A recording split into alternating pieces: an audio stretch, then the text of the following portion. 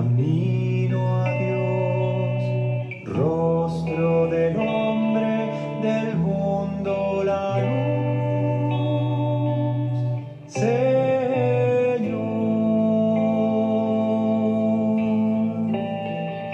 Jesús.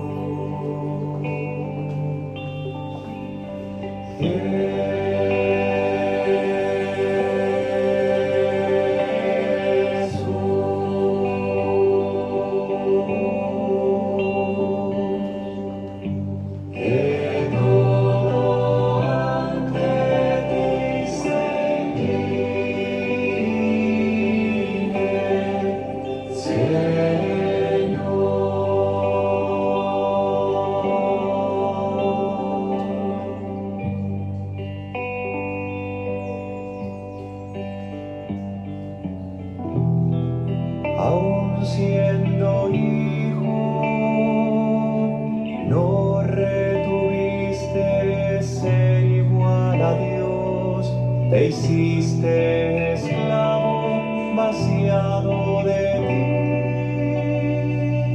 ti, Señor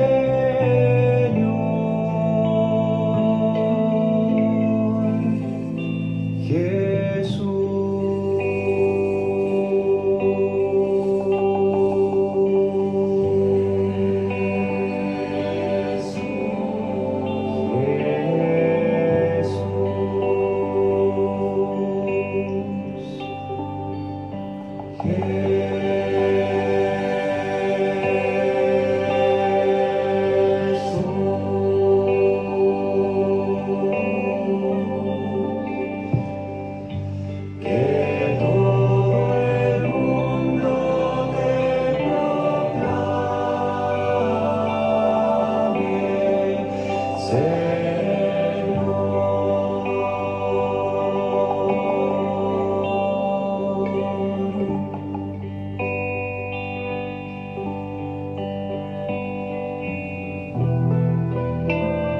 Al Padre.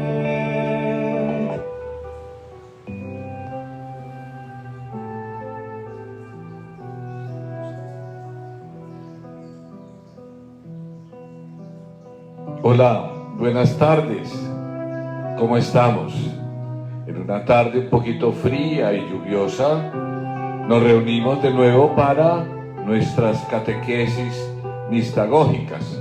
Recordemos que estamos en la catequesis mistagógica del bautismo y dentro de esta catequesis nos introducimos en un tema que es fundamental porque es la síntesis y el centro de nuestra fe, que es el credo. Ya tocamos por varias partes la primera afirmación del credo, que es: creo en Dios Padre Todopoderoso, Creador del cielo, de la tierra, de todo lo visible y de lo invisible. Hablamos de Dios como creador, hablamos de Dios como el que crea todas las cosas, hablamos también de los ángeles, hablamos también, hicimos un poquito más de énfasis en Dios como un papá, el Abba, el apacito. Y hoy nos vamos a introducir entonces con la segunda afirmación del credo, que es: creo en Jesucristo, un Hijo único de Dios. Entonces, vamos a empezar por hacer una afirmación, Padre Jason.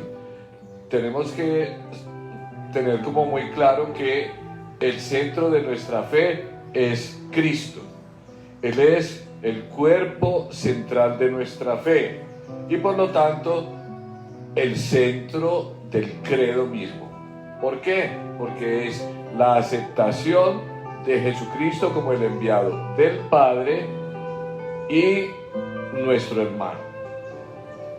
Hay muchos que hablan de Jesucristo y no solamente entre los católicos, sino también entre otras religiones, y de pronto manosean mucho lo que es la persona de Jesucristo. Digo manosean porque empiezan a tener como unas confiancitas muy fastidiosas.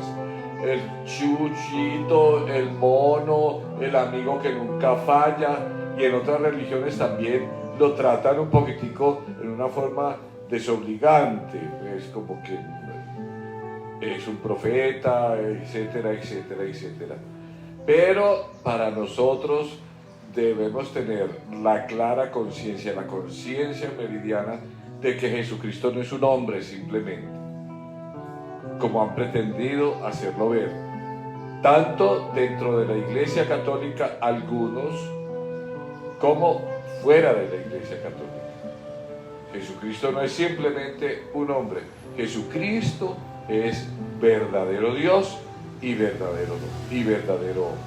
Padre Jason. Bueno, Monse, buenas tardes para todos. Hoy vamos a estar con un solo micrófono porque el otro tiene una falla. Después de este preámbulo que ya nos ha hecho Monseñor sobre el tema que vamos a hablar, entonces yo los invito para que iniciemos con un momentico de oración. Y a modo de oración les propongo que nos centremos en un pasaje de la Escritura. Este año de la palabra me parece esencial que todo lo que hagamos, nunca lo hagamos sin coger la palabra de Dios. Es más, siempre que estemos hablando cualquier tema en la iglesia, cualquier grupo, cualquier espacio de formación, pues no puede estar más que sustentado en la misma palabra de Dios. Los invito a que nos dispongamos en el nombre del Padre y del Hijo y del Espíritu Santo. Amén. Dirá la primera lectura de este domingo que así como la lluvia y la nieve caen en la tierra y no vuelven al cielo, sino hasta empapar la tierra y hacerla fecundar, así será toda palabra que sale de la boca de Dios. No volverá a él vacía, sino que la hará fecundar. Jesucristo es la palabra de Dios que en semilla se ha generado en el vientre de María y que no ha vuelto al Padre, sino hasta haber esparcido el mensaje de salvación entre nosotros. Por eso pidámosle que nos disponga, que nos dé su Santo Espíritu, para que podamos seguir ahondando estas verdades de la fe, para que podamos seguir comprendiendo lo esencial de nuestra profesión de fe, y para que nos hable también en las Sagradas Escrituras. Espíritu Santo, Ilumínanos y santifícanos. les voy a compartir un fragmento del prólogo de San Juan, el capítulo 1. Al principio existía la palabra, y la palabra estaba junto a Dios, y la palabra era Dios. Al principio estaba junto a Dios. Todas las cosas fueron hechas por medio de la palabra, y sin ella no se hizo nada. De todo lo que existe, en ella estaba la vida, y la vida era la luz de los hombres. La luz brilla en las tinieblas, y las tinieblas no la vencieron. Y la palabra se hizo carne y habitó entre nosotros, y nosotros hemos visto su gloria, la gloria que recibe del Padre como Hijo único, lleno de gracia y de verdad. Nadie ha visto jamás a Dios. El que lo ha revelado es el Hijo único, que es Dios y está en el seno del Padre. Palabra del Señor. Gloria a ti, Señor Jesús. Esta palabra es muy clara. Esa palabra estaba con Dios y era Dios. Y por su medio se hicieron todas las cosas. Y esa palabra tomó carne, tomó figura, tomó cuerpo humano. Es Jesucristo. Y es Él el que nos ha revelado el misterio de Dios. Alabemos pues ese misterio de Dios, que es Padre y es Hijo y es Espíritu.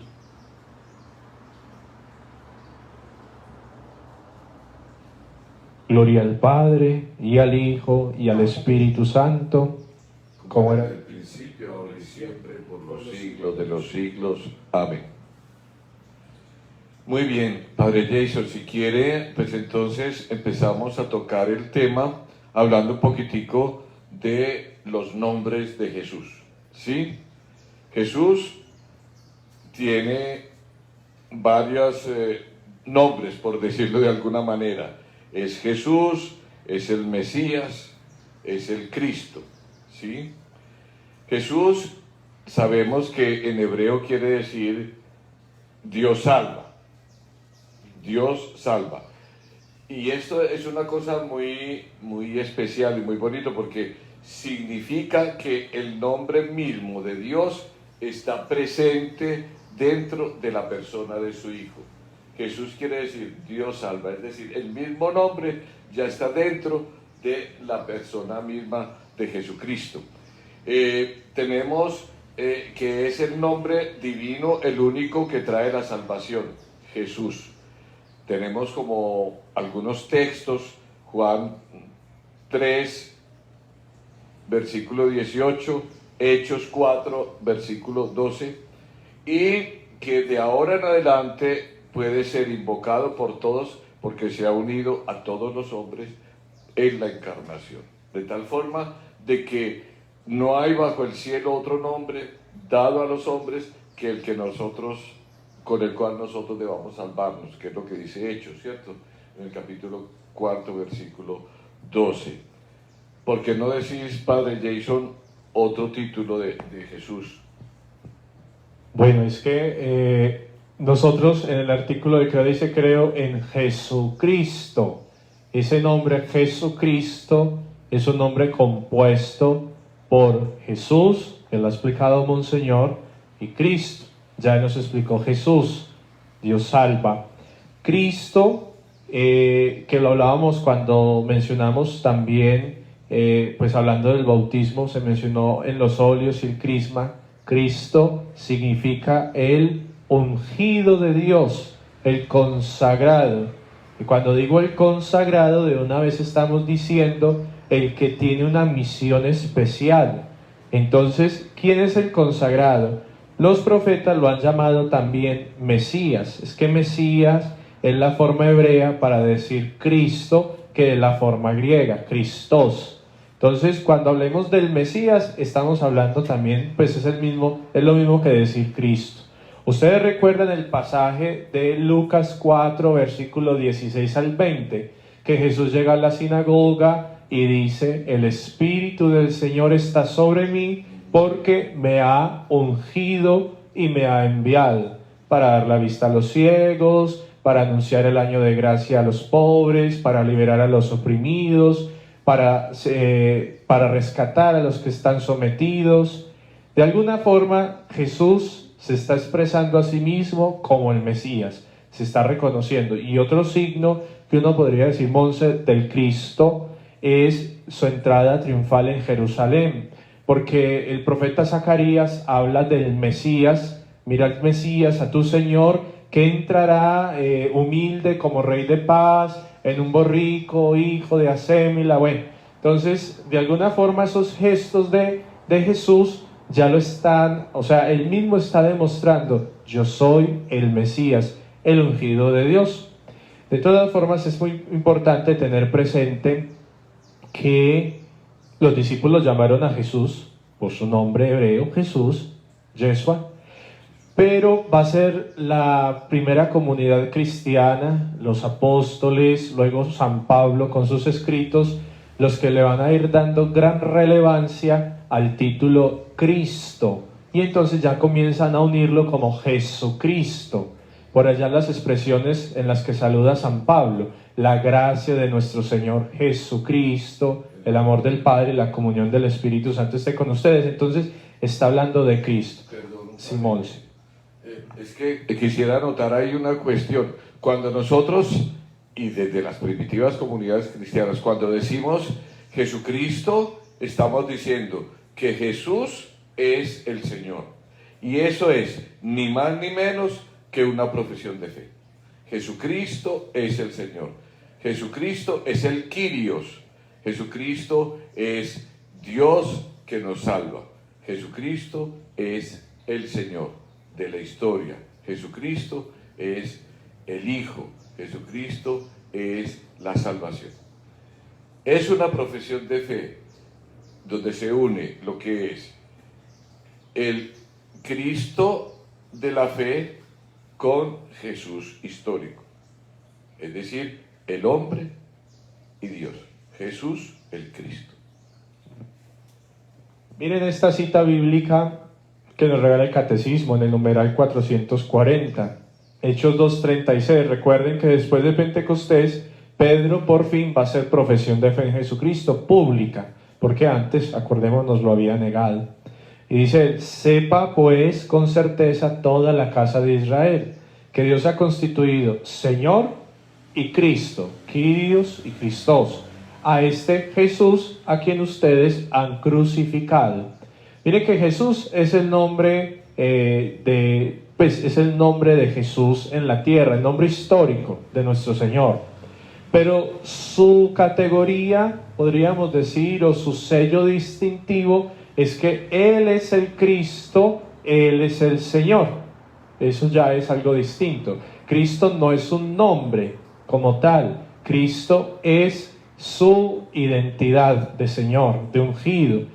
Y el ungido, además, acuérdense también, el profeta Isaías hablará de: vendrá el Mesías lleno del Espíritu de Dios, espíritu de fortaleza y de piedad, espíritu de consejo y de sabiduría, espíritu de inteligencia y de temor de Dios. O sea, el ungido está lleno del Espíritu de Dios. Con eso estamos diciendo, todo Él está impregnado de Dios, todo Él está lleno de Dios, porque es Dios, obviamente, el Cristo. Monse, usted tiene ahí el de Kyrios para aclarar un poco más, el de Señor. No. Lo que estaba diciendo es que los dos juntos empezó el Jesús y el Kyrios empezó a funcionar en las primitivas comunidades cristianas y a través de lo largo de la historia de la iglesia como una profesión de fe. Es decir, el Jesús histórico es el Cristo de la fe.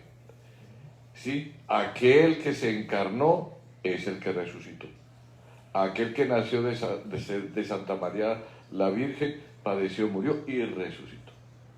El Señor, el Cristo, es el Jesús histórico y el Cristo de la fe. Profesión de fe, desde siempre en la comunidad cristiana. Pero hay una cosita que quería agregar, Padre Jason, y es: tú citaste Hechos 2:36, pero también me parece que es bueno el versículo que sigue, el 38, porque fruto de esa declaración que hace Pedro es todo lo que pasó, que muchos recibieron el bautismo en el nombre de Jesucristo, que sus pecados se le fueron perdonados y que recibieron el Espíritu Santo.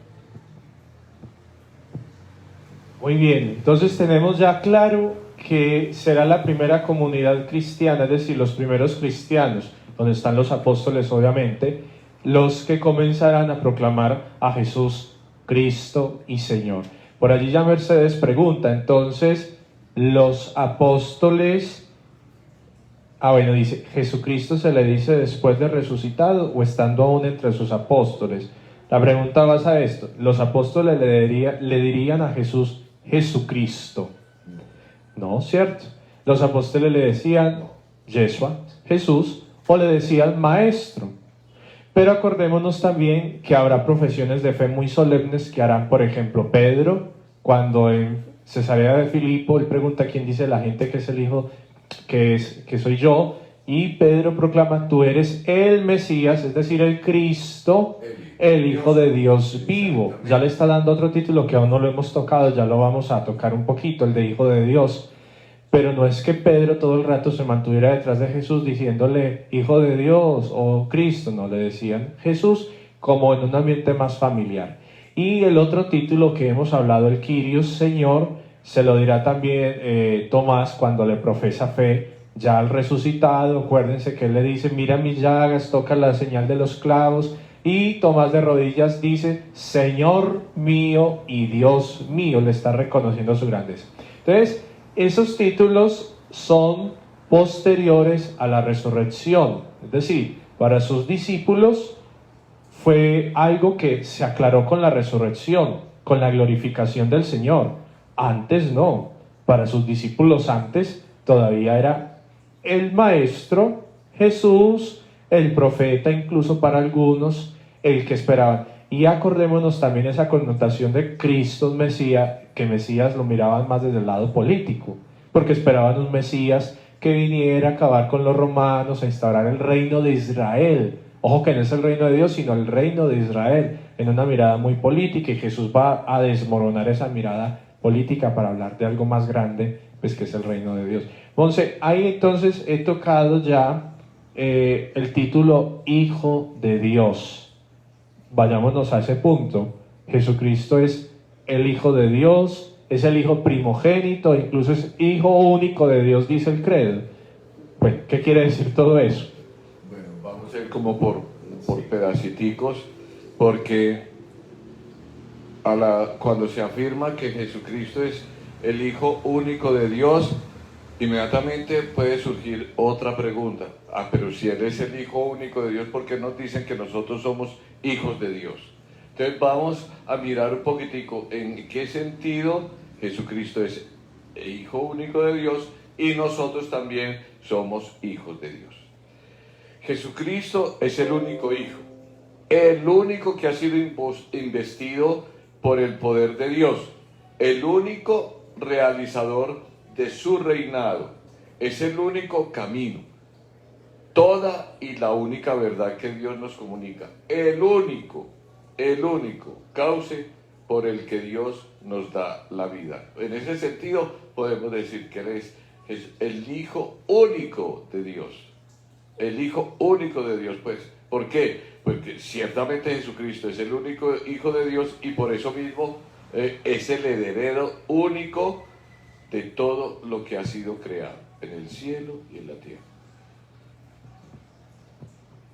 Sí, Monseñor, a mí me gustaría, ya que has tocado el tema del Hijo único de Dios, de todas formas mirar cómo en las Sagradas Escrituras se ha hablado de los hijos de Dios en muchas ocasiones, no solo referido a Jesús.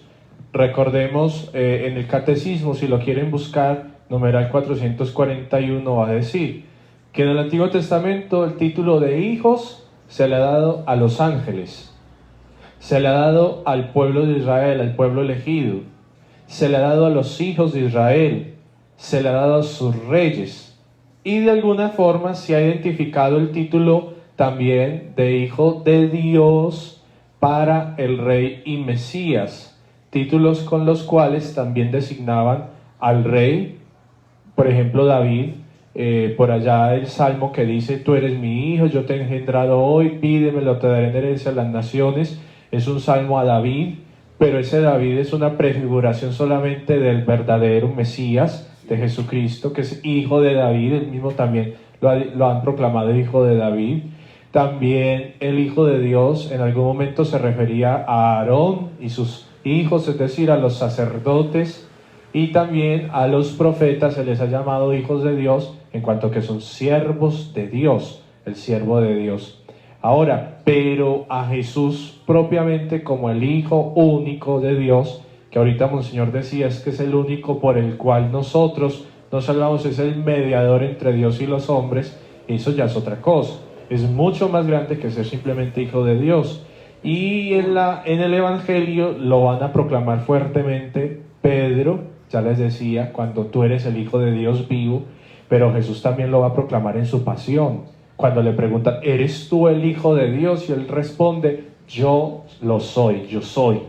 Él mismo lo está proclamando. Y ya finalmente, pues las comunidades cristianas, comenzando también por Pablo y todos sus escritos, van a hablar de Jesús, el Hijo de Dios que me amó y se entregó por mí, o creo en el Hijo de Dios. Es una forma, incluso el bautismo en el nombre de nuestro Señor Jesucristo, el Hijo de Dios, también.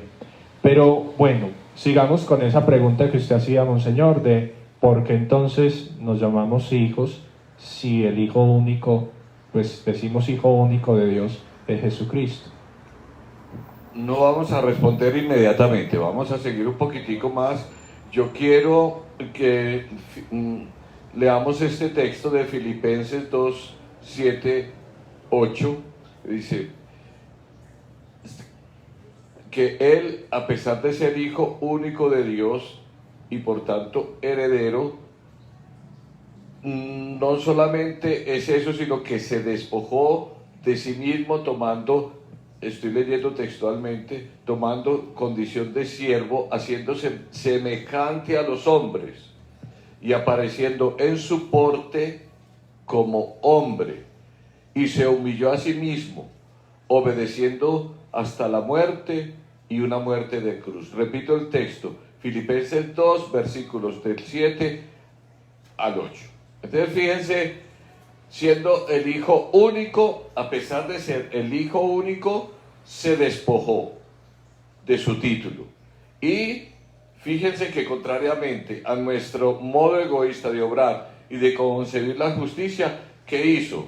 Por su muerte y resurrección, distribuyó entre los hombres toda su herencia divina, dándonos su cuerpo y su sangre como alimento.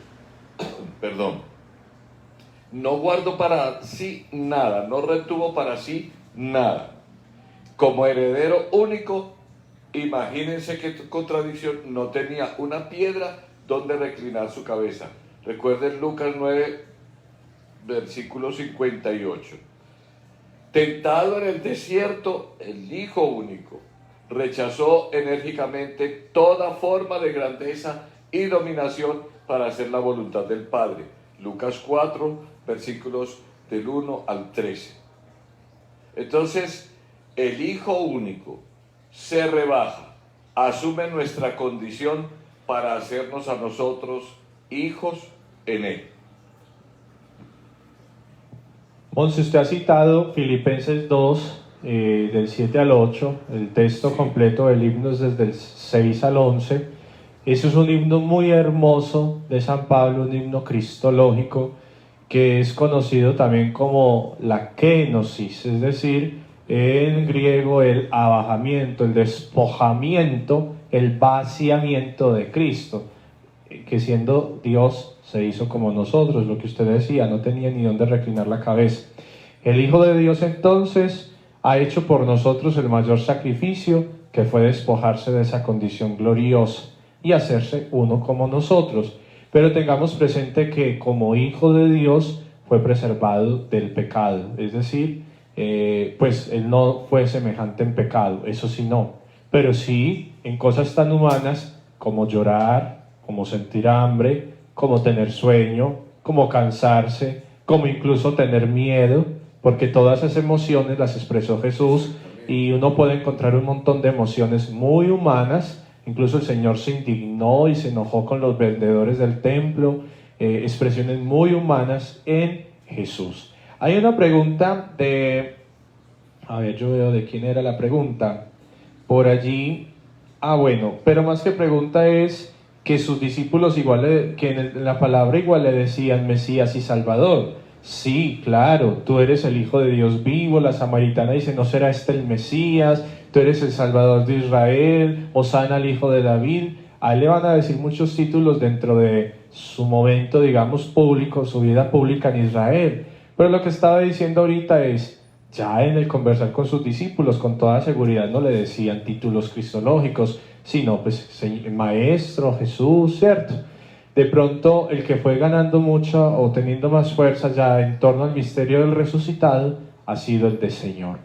Y ese título de Señor que es toda una contraposición, una, digamos, es toda una rebelión, contra el imperio romano. Tiene un tinte muy político decirle Señor. ¿Por qué? Porque el emperador era considerado el Kyrios, el Señor, y no solo el Kyrios, sino Dios, porque es que decir Kyrios ya es decirle eres Dios. El emperador era un Dios, en el imperio romano era considerado así. Cuando las primeras comunidades proclamaban a Jesucristo Señor y Dios, ya estaban ahí atacando al imperio de alguna forma, y eso les ganó persecución y muerte. Hasta ese punto llegó la fe de los cristianos, por decirle Señor y Dios. Miren hasta dónde llega. Entonces, esos títulos han sido de la fe del pueblo cristiano desde sus inicios con los apóstoles, y son tan fuertes que incluso han acarreado mucha persecución. Reconocerlo a él como el Kyrios, el Señor y Dios. Entonces, ¿somos o no somos hijos de Dios si Jesucristo es el Hijo único? Ya hemos visto cómo es Hijo único en el sentido de que tiene unas características que no las puede tener ninguna otra persona. Es Hijo único de Dios por todas estas características que hemos dicho, pero también hemos dicho que hemos sido hechos hijos en el Hijo, es decir, Jesucristo nos adquirió la filiación divina en Él.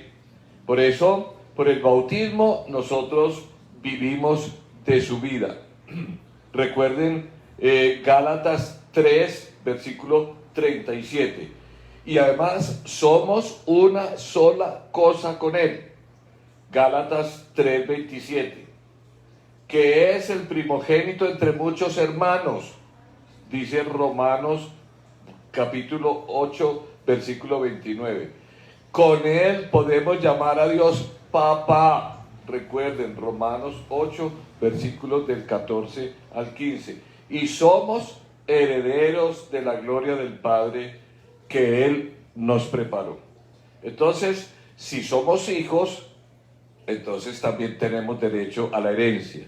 Somos herederos, herederos de Dios y coherederos de Cristo, ya que sufrimos con Él para ser también glorificados. Decía San Pablo a los romanos en el capítulo 8, versículo 17. Así pues que no se gloríe nadie entre los hombres, pues todo es vuestro, el mundo, la vida, la muerte, el presente, el futuro, todo nuestro, y nosotros de Cristo y Cristo de Dios, decía San Pablo en su carta, en su primera carta a los Corintios, en el capítulo 3. Entonces, ¿qué debe significar para nosotros el ser hijos de Dios? Creer entonces en Jesucristo como Hijo único de Dios. Si nosotros somos hijos también, por lo que hemos dicho, entonces, ¿qué significa creer en Jesucristo como Hijo único de Dios? Padre Jason, ¿alguna lucecita? Bueno, tengamos presente esto. Entonces sí somos hijos, pero somos hijos en adopción. Jesucristo, como lo dice el credo, es el Hijo engendrado, no creado. Nosotros hemos sido creados y fuera de eso nos hemos hecho hijos es por la adopción filial que la hemos ganado en el misterio pascual de Cristo, es decir, en su pasión, muerte y resurrección, que en nosotros se ha hecho real a través del bautismo. Es decir, sin el bautismo no alcanzamos la filiación de hijos de Dios. ¿Qué implica ser hijos de Dios? Pues un hijo en el Hijo, es decir, en Jesucristo, tendría que vivir lo que ha vivido el Hijo Jesucristo. ¿Y qué es lo que vive el Hijo Jesucristo? Él lo dice muy bien: mi alimento no es hacer mi voluntad, sino la voluntad del que me ha enviado. Lo que yo digo no lo digo por mi cuenta, lo digo porque se lo he oído a mi Padre que me ha enviado. Mi Padre está en mí y yo en Él. Pero miren que entonces el Hijo se expresa en cuanto a una filiación amorosa, obediente, respetuosa de la voluntad de su Padre. En ese sentido, nosotros como hijos por Él estamos llamados a vivir también la voluntad de nuestro Padre Dios. Y es el Espíritu Santo el que nos permite vivir eso. Acuérdense lo de San Pablo: nadie puede decir Abba Padre si no es movido por el Espíritu de Dios, ni decir Jesucristo es el Señor si no es movido por el Espíritu de Dios. Monseñor, aquí hay algo también. ¿Cómo llegamos a esa conclusión de Jesucristo, Hijo de Dios? En la Sagrada Escritura, Jesús le dice a Pedro, cuando lo declara Hijo de Dios vivo: bienaventurado tú, Simón, hijo de Juan, porque eso no te lo ha revelado nadie de carne y hueso. Es decir, esto que estamos diciendo no ha venido porque alguien de carne y hueso lo haya dicho primero, sino que le dice Jesús a Pedro: porque mi Padre que está en el cielo es quien te lo ha revelado. Con eso ya estamos diciendo que esta revelación de Jesús, Hijo de Dios, ni siquiera los profetas la hicieron.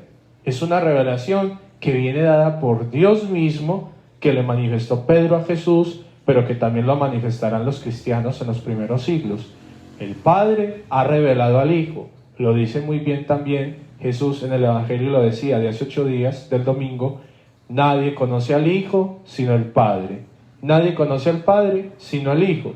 Y aquel a quien el Hijo se lo quiera revelar, es decir, solo Él nos pudo haber revelado esto, nadie más.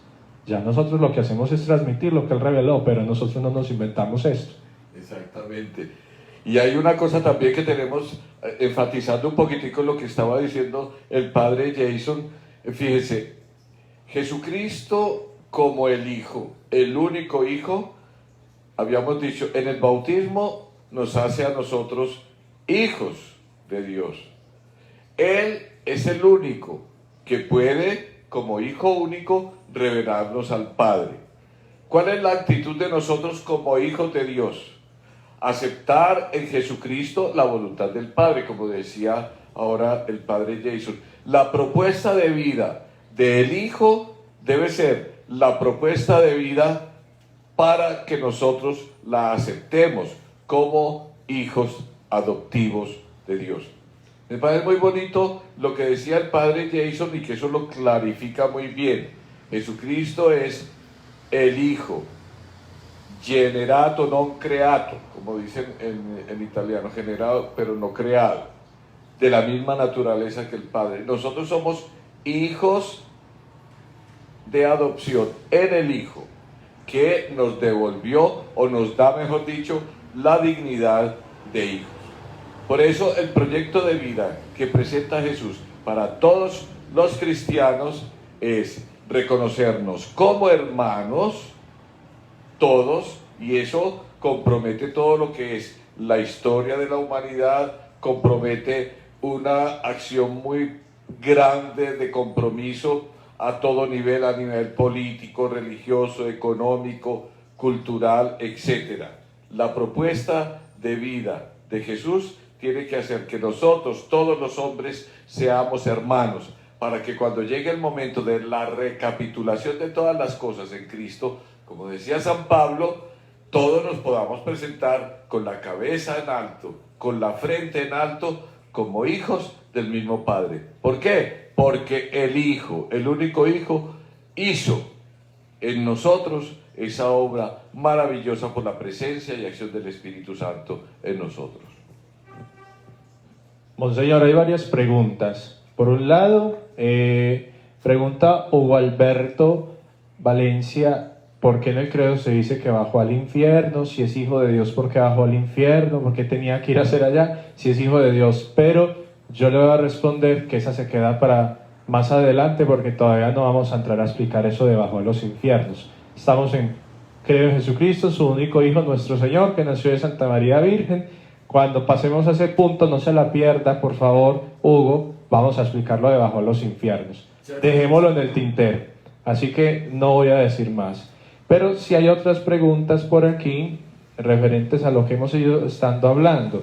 Hugo mismo nos dice, bueno, él cuando enseñó a orar también nos inició diciendo Padre Nuestro. Ya de alguna forma, al llamar a Jesús Hijo, el Hijo también es el que nos enseña a decirle Padre a Dios. Y hay algo muy lindo, porque también podemos deducir eso de el Hijo único de Dios. Porque el pueblo de Israel llamaba a Dios Padre en algún momento, Dios nuestro Padre, y Jesús enseña a Dios como Padre, pero hay un momento especial en el Evangelio en que se demuestra que Él es Hijo de Dios y que no le dice Padre como un título a nivel religioso para que todos lo digan. Cuando Jesús oraba, Jesús le decía Abba, Padre, Papá, Apacito. Es una expresión filial, es decir, tú eres mi Padre. Y eso no lo hacía nadie, solo Jesús lo hacía. Nadie le oraba a Dios así, comenzando porque no le llamaban ni siquiera Yahvé su nombre, sino Adonai, el Señor. Pero Jesús ya le dice papá, y lo vemos relatado en muchos evangelios. 1, 2, Edelmira por aquí nos comenta, también el Padre le da un título en el bautismo, y también Edelmira se lo da en la transfiguración. Este es mi Hijo, el amado, mi predilecto. mi hijo amado. Miren que lo está diciendo en letra grande, mi hijo el amado. Y además dice el predilecto, es decir, el escogido, el único, el que está destinado a esta misión. Entonces con eso pues estamos ahondando ya lo que hemos dicho. Solamente una pequeña apreciación. Yo compararía, aunque sea el ejemplo pobre, como el hermano mayor. En la transfiguración, el Señor le dice, este es mi hijo, el amado, el predilecto, escúchenlo. Ustedes que son los otros hijos, escúchenlo. El hermano mayor siempre es el que guía, el hermano mayor es el que protege, el hermano mayor es el que salva, entre comillas, pues hablando a nivel terrenal solamente, a uno de muchas situaciones y de muchas circunstancias. El hermano mayor es Jesucristo. Y por eso en Él nosotros encontramos la ventaja y la posibilidad de llamar a Dios papá, papacito. Monse, y hay otra pregunta de Araceli Escobar. Un solo maestro tenemos, es Cristo. ¿Será correcto que llamemos maestros a los profesores? Hay un evangelio donde Jesús dice, no llamen a nadie Padre, uno solo es su Padre, no llamen a nadie Señor, uno solo es su Señor, no llamen a nadie Maestro, aquí en la tierra. ¿A qué se refiere esa expresión, Monse? Pues, si Él es el único Maestro, entonces, uno a los profesores les podrá decir maestros. A nosotros nos dicen padres, está bien que nos digan padres, y uno los papás pues también, en ese sentido. Y uno contesta a veces Señor a sus mayores. Pues en qué se diferencia, porque Jesús mismo dice no llamen a nadie, pero luego uno ve que en la práctica sí llamamos a muchos. ¿En qué sentido será eso? Bueno, yo pues no tengo como mucha claridad al respecto, pero sí intuyo es en la semiótica, es decir, el significado etimológico de las palabras. No es lo mismo la carga tan intensa que tiene el título de maestro en la mentalidad semítica que lo que tiene en medio de nosotros. El magíster es el que enseña, en medio de nosotros es el que enseña, ¿sí? Ahora, el maestro, el título de maestro que le dan a Jesús es porque él hace la doxa tu theu, es decir, él es el que hace la enseñanza de Dios. La traducción no está como muy feliz, pero es más o menos, en Él nosotros conocemos la verdad de Dios. Y es muy distinto porque si es en Él donde conocemos la verdad de Dios, es porque Él revela al Padre. Acuérdense de Juan. Si ustedes quieren conocer algo de Dios, mírenme a mí. El título de maestro allá pues tiene unas connotaciones diferentes a el título de maestro en medio de nosotros, que tiene una connotación un poquito más familiar, y que es la traducción literal de el profesor, el que enseña un saber específico. Monse, igual, para que quede más sencillo, Padre con mayúscula es Dios solamente. Padre o padres con minúscula, los papás, los sacerdotes, bueno. Señor con mayúscula solo es a Dios. Por eso ustedes cuando escriban, si usted escribe Señor, a no ser pues una mayúscula inicial, ojo con eso, pero Señor en mayúscula es al Señor, a Dios. Si yo digo el Señor de la tienda, pues el Señor de la tienda, el Señor del banco, el Señor de tal, eso es en minúscula, es un formalismo, es un modo de educación, digámoslo así, de urbanidad, pues decirle Señor a una persona. Y maestro con mayúscula es Jesucristo, pero Él también dirá, hablando del Espíritu Santo, Él les instruirá, Él les enseñará. El maestro interior es el Espíritu Santo, ese es con mayúscula, pero a nuestros profes, por cariño decimos son maestros, o aquellas personas que con su ejemplo de verdad nos enseñan en la vida, pero esos son en minúscula. Para decirlo pues, el grande solo es para Dios, ya así en títulos humanos, pues eso es otra cosa. Yo agregaría, Padre Jason, que hay que tener en cuenta el texto en el contexto, ¿sí? Si uno se dirige a Jesucristo diciéndole maestro, pues no es lo mismo el contexto cuando yo me dirijo a un profesor y le digo maestro, o cuando una señora le dice al esposo papito, pues son contextos muy distintos, ¿cierto? Por eso hay que tener en cuenta el contexto para entender el texto. Claro, porque papito es abuelito, pero la señora le dice papitos en otra forma más cariñosa a su esposo. Wow. Entonces son cosas muy distintas. Bueno, aquí Sonia nos ponía otro ejemplo. Es como decir espíritu en minúscula y espíritu con mayúscula. Mi espíritu, o sea, el espíritu de una persona, pues por decir así, es minúscula. Pero si yo estoy hablando del Espíritu Santo, lo escribo en mayúscula. Entonces tengamos pues cuidado con esto. Monseñor, por aquí también doña Marina nos dice, bueno, ustedes han dicho que en el bautismo nos hacemos hijos de Dios. Entonces una persona no bautizada no es hijo de Dios.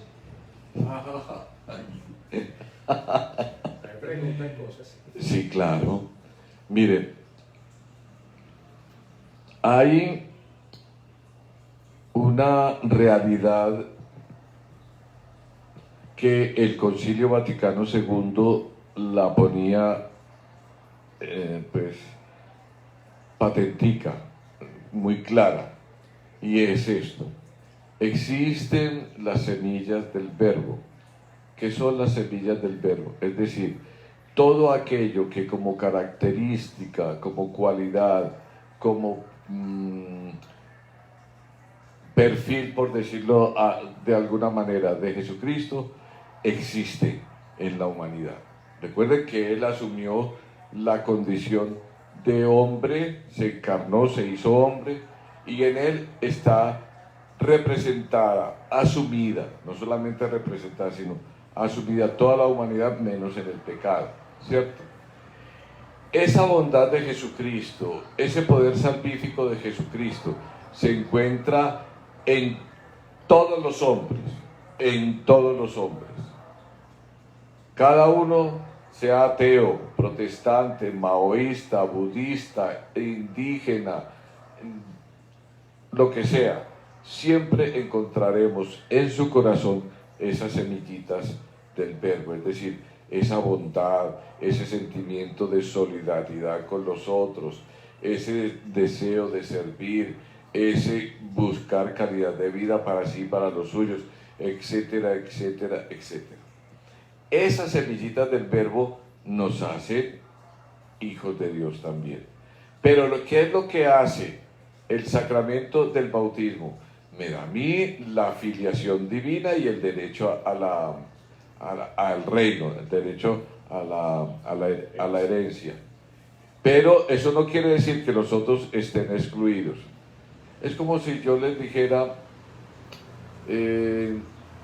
lo que llamaba, no sé si por ahí me voy a perder, el imperativo evangélico de San Pablo. Decía: el que conoció a Jesucristo, mijito, ya no tiene reverso. Es como si uno tiene un Renault 4, un Audi y un Mercedes-Benz. Dice uno, ¿cuál de estos carros es mejor? Pues uno dice, claro, el Mercedes-Benz. Cuando uno conoce a Jesucristo, ya no tiene reversa, porque en Él encuentra la plenitud de todo, inclusive la plenitud de ser hijos de Dios. El sacramento del bautismo me confiere a mí esa gracia de vivir la vida como hijo de Dios, cosa que no se lo da a otro, porque no tiene el sacramento.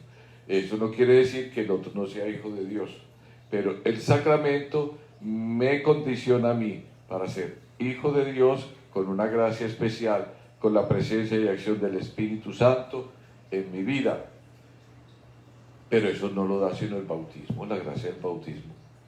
Entonces tenemos hijo único, hijos en el Hijo. Pero el sacramento del bautismo es el que me capacita a mí para vivir esa gracia de ser hijos de Dios en el Hijo.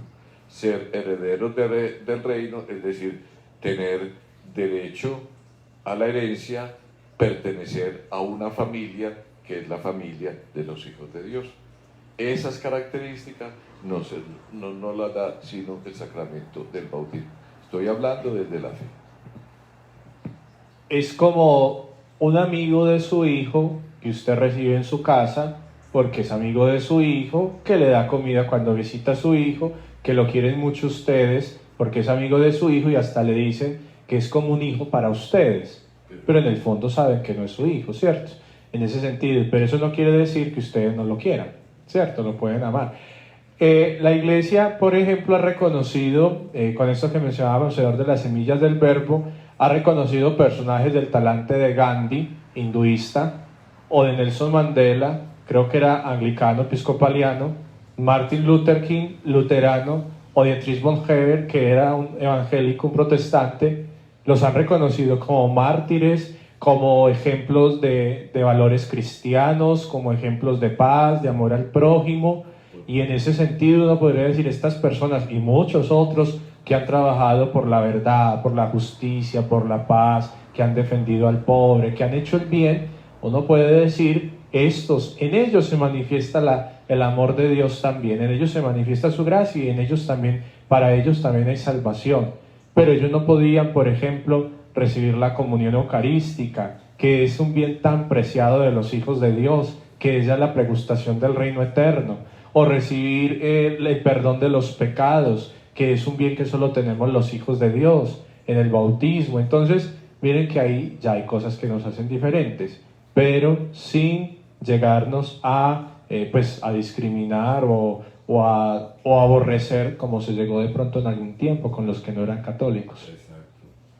Recordemos siempre una máxima: el proyecto de vida de Jesús, la propuesta que Jesús nos hace para llegar a la casa del Padre es siempre incluyente, no es excluyente.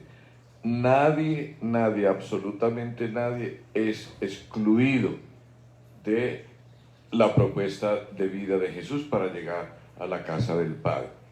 Si una persona en su religión, si una persona en su estilo de ver, en su cosmovisión, es una persona que hace una búsqueda honesta, sincera, que tiene un corazón abierto a la verdad y se murió, se salvó, pues a ir al purgatorio también, como todo, pero pues, no quiere decir que si no tenía el bautismo no se va a salvar. Eso sería caer en una cosa muy miedosa que estuvo en la iglesia hace unos siglos, cuando se decía que fuera de la iglesia no había salvación, remedando un poquitico lo que creían los judíos, que el pueblo de Dios era el pueblo elegido, el pueblo de Israel era el pueblo elegido y que los demás eran perros. No.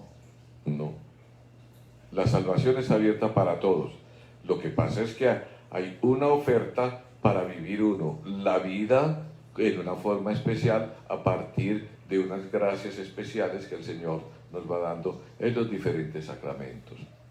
El ser hijos, en el Hijo nos lo da el sacramento del bautismo, y eso nos abre pues las puertas para toda la vida sacramental, que es riquísima. Monseñor, y esa expresión se cambió a fuera de Jesucristo no hay salvación, para dar a entender que fuera de la experiencia de amor de Dios en el Hijo, pues no hay salvación, porque Él es el único mediador entre Dios y los hombres. Y ojo con esta expresión, el único mediador. Los santos no son los mediadores en este sentido. Los santos son intercesores. María también es intercesora, pero el único mediador hacia Dios, entre Dios y los hombres, es su Hijo, porque siendo Dios se ha hecho como nosotros. Aquí hay algunas preguntas para que no las dejemos en el aire.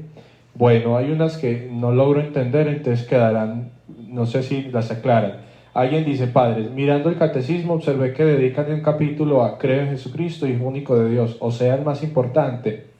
No sé cómo a qué se refiere. Si la aclara, la respondemos. Por allí, doña Trina nos dice: los evangélicos se bautizan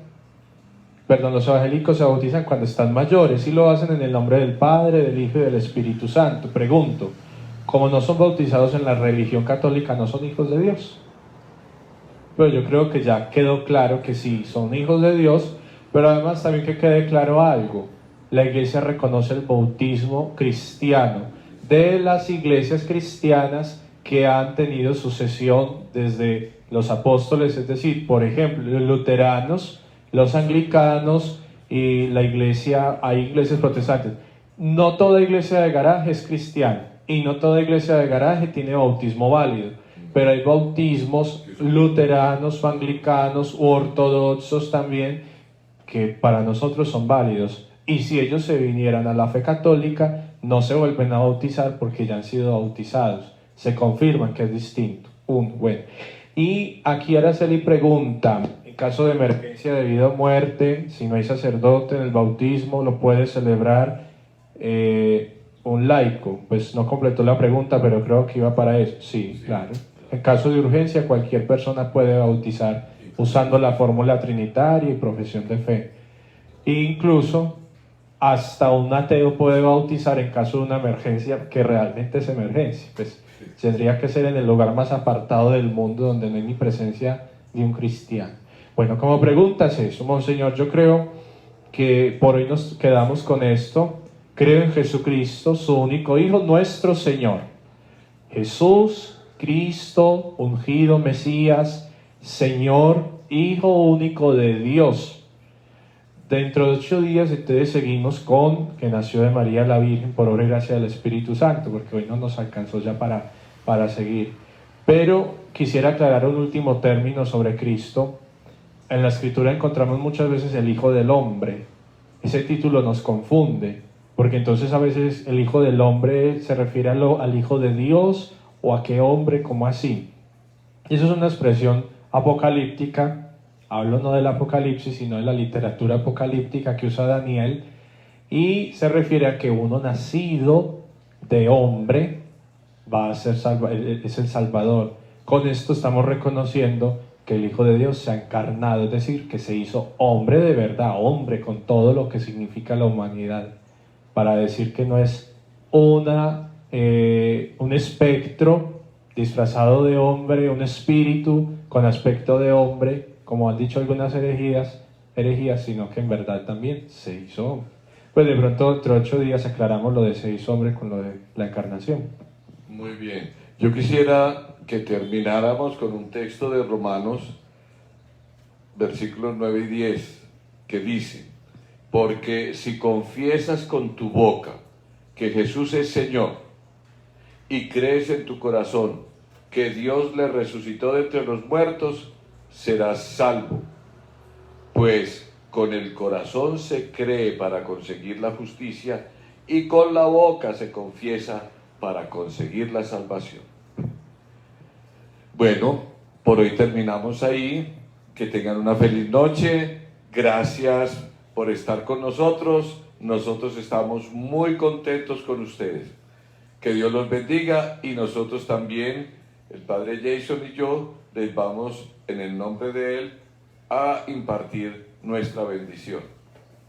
El Señor esté con ustedes y con tu espíritu, y con la bendición de Dios Todopoderoso, Padre, Hijo y Espíritu Santo, podéis ir en paz. Feliz noche. Mañana, claro, mañana tenemos la fiesta de Nuestra Señora de Chiquinquirá, la patrona de Colombia. Tendremos misa solemne a las 12 y también tendremos la hora santa, también la vamos a hacer teniendo en cuenta a María Santísima, por esta fiesta tan especial para todos nosotros los colombianos. Chao, feliz noche. Chao.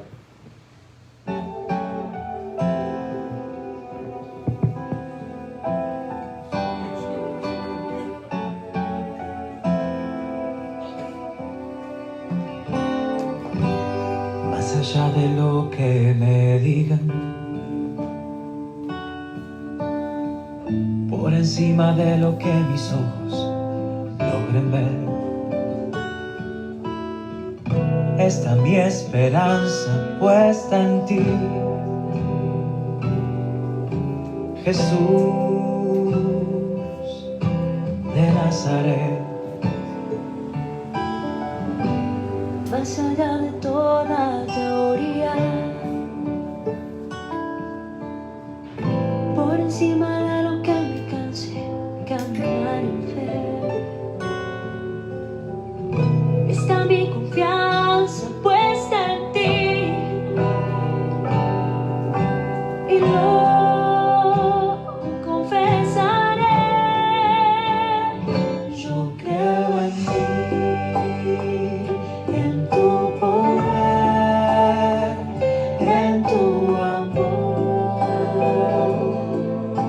Jesús de Nazaret, yo creo en ti, que vivo estás y que todas tus promesas son verdad,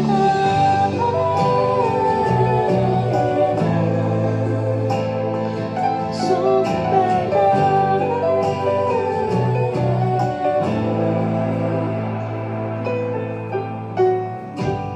Más allá de lo que me digan,